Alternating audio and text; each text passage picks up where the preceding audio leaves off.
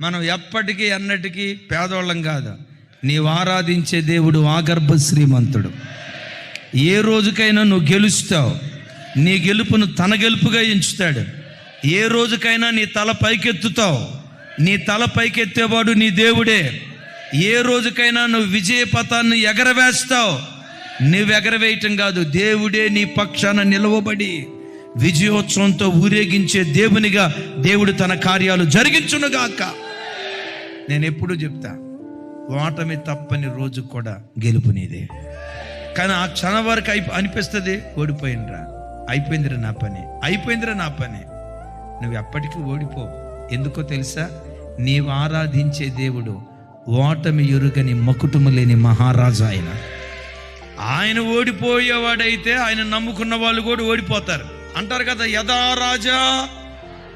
మన రాజు ఓడిపోయే రాజు కాదు, రాజులకు రాజు, ప్రభువులకు ప్రభు, భూపతులందరికీ అధిపతి.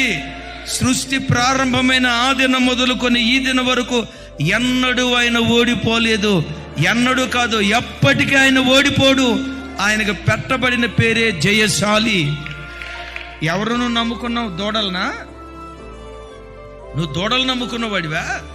ఎవరు నువ్వు నమ్ముకున్నవాడివి? జీవము కలిగిన దేవుని నమ్ముకున్నవాడివి. జయశాలిగా పిలువబడుతున్న దేవుని నమ్ముకున్నవాడివి. మన రాజు గెలిచేవాడు. మనం ఎప్పటికీ గెలుస్తూనే ఉంటాం.